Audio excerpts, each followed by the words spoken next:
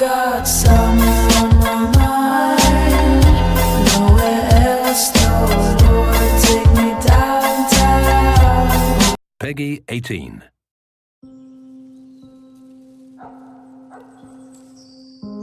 We were always told it might come to this. That one day, everything we ever knew could end.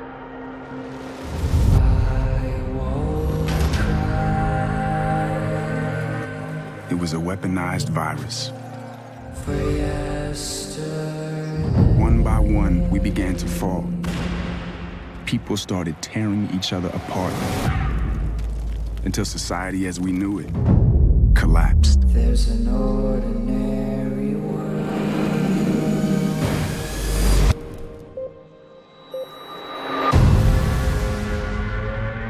It was a signal that the normal lives we led We're gone. We are activated as a last resort. We are the division. We don't know how many of us there are. or what it will take to save what remains. But there is one thing we do know.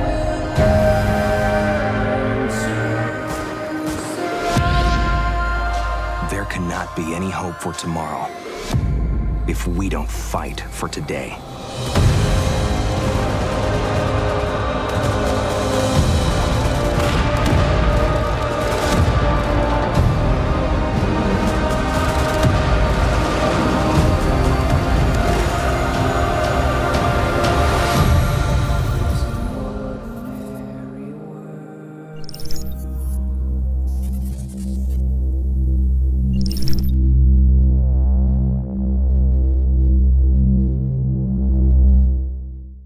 Peggy 18.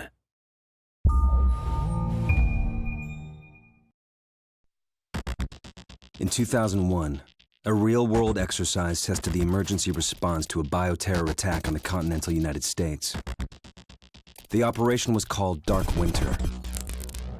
Within just a few days, the simulation spiraled out of control. The operation predicted a rapid breakdown in essential institutions, civil disorder, and massive civilian casualties. Dark Winter has revealed how vulnerable we've become. Our lifestyle, our security, our safety depends on a delicate and unstable economy. We've created a system so complicated that we no longer understand how to control it. Oil, power, shipping, transport. We live in a complex world. And the more complex it gets, the more fragile it becomes. The system is built on a global supply chain that gets things where they're needed, just in time. We've created a house of cards. Remove just one, and everything falls apart. And what's fueling this system? Money. Americans can spend $90 billion in a single day of shopping. Last year, 200 million people swarmed their local stores on November 23rd. We call that day Black Friday. Did you know that a flu virus can survive on the surface of a banknote for up to 17 days? One day there will be a pandemic. It could begin during the crush of Black Friday sales. A pathogen will jump from tainted banknotes to human skin, onto food, toys, children, and loved ones. By the time patient zero feels the first sore throat, millions of people will already be infected. From this point, the breakdown will happen fast. Day 1, hospitals will reach capacity. Panic will strike.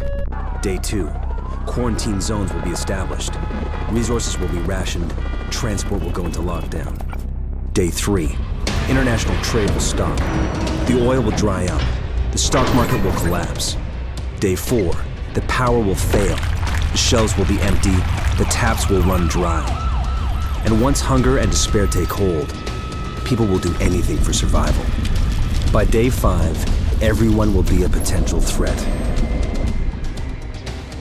In 2007, a new presidential directive was signed quietly into law. This maps out the government's response to a crisis, a plan to cope with a real dark winter. It is known as Directive 51. There are rumors of shadow agencies, sleeper cells, covert agents, but nothing can be confirmed. Our complex world is primed for breakdown. And once the chaos strikes, There won't be resources to save us all. the only question left is, what will it take to save what remains?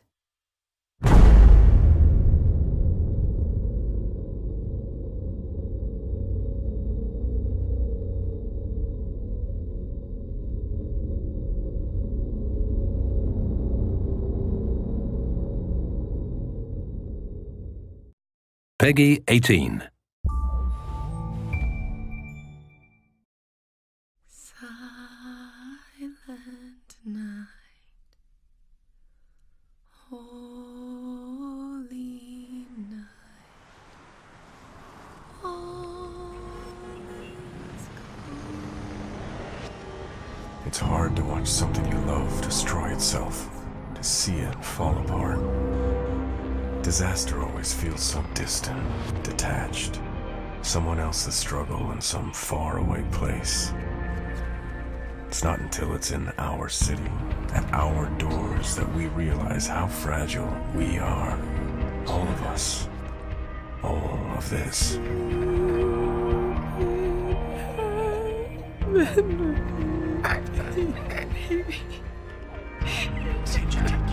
no, baby, Steven, Mommy, I'm here.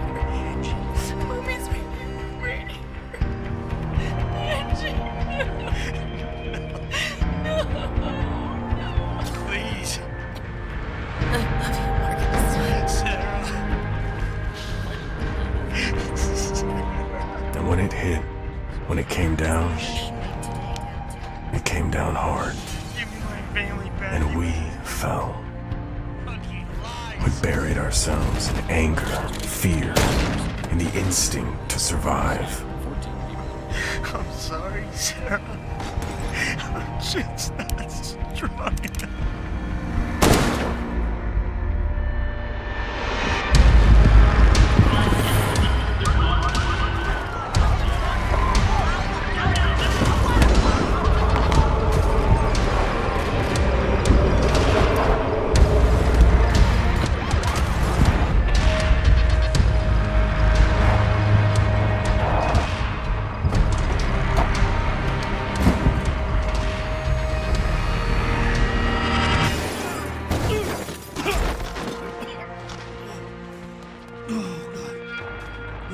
Where's the drive, Simon? Please no more. And the real truth is, no one watched. No one saw, wanted to see. Where you going? Tragedy is invisible. People turn away from it and run from it if they can. And it's hard knowing that you belong here, that your purpose lies amongst all this pain. But someone's gotta be there to pick it up, to push back, put the first piece back together, put us all